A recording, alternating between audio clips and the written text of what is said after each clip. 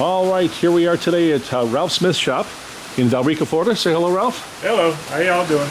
And we are working on, actually, Ralph has just finished working on the Meteor, and I'll talk about that sometime in the future. But right here we've got a Glasspar G2 owned by Brian Ford of New Zealand, who I think is traveling in Australia. But we're doing this.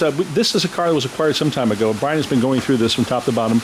Ralph has actually been in charge of all the structural changes, mechanical changes, and then we passed the bodywork off to Dave, who's now brought it back to Ralph. So in this case, you can see, for those of you who are Ford aficionados, you can see that it's got the Ford rear axle, the 1940s, and same up front. And we're dealing with a car which has got a straight axle. Most of our cars are straight axles, and Ford flathead, which runs nice. This came out of a 1950, what was it that we found? Shoebox. 49 shoebox. All right. So we're actually, Ralph has done helped design the floor, and we're trying to get the final pieces in before the finishing work is done.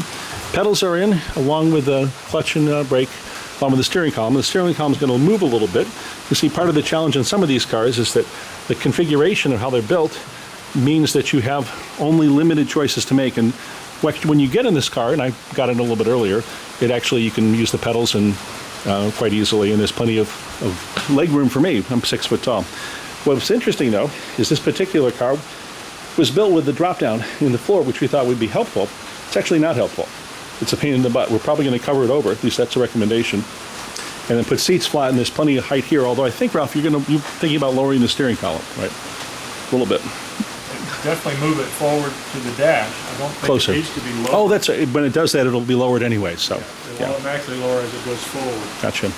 Doors open nicely. Got it done. And that was all done before with fiberglass. We've got a pocket here for tire and storage, so the seats, whatever seats we use, will have to fold forward or slide forward. And you can see the 3-speed. We have to do some configuration changes up here. Potentially when we install the radiator, you're thinking that we may or may not be able to keep this. And if we don't keep it, then because of the shock mounts, how the shocks are mounted, we're going to have to actually come up with a new way to support the shock towers so that the shocks can stay in there. As you can see with a lot of these cars, the engine would have been installed up here motor mount-wise a long time ago on the original car, and the engines are pushed quite a bit heel back.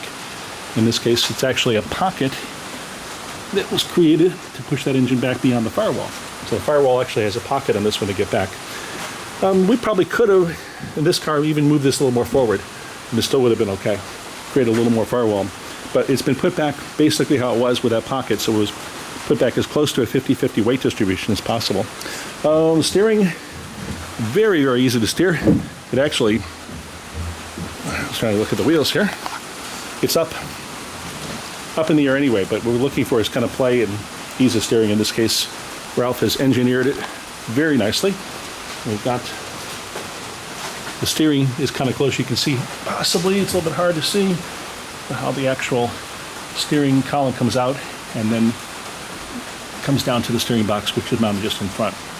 Alternator on top. We've got a hood bubble that we're going to put on. You can see the hood over here. And no trunk in this car, but right now the fuel tank, you're going to put a new fuel tank in. It goes below the front. Sorry? It goes on the frame on the bottom. Frame on the bottom, okay. So and then the only challenge when Ralph and I were talking is actually seeing where the neck is and seeing if we make sure that we can continue to use the original hole for the gas filler, which is in the back here.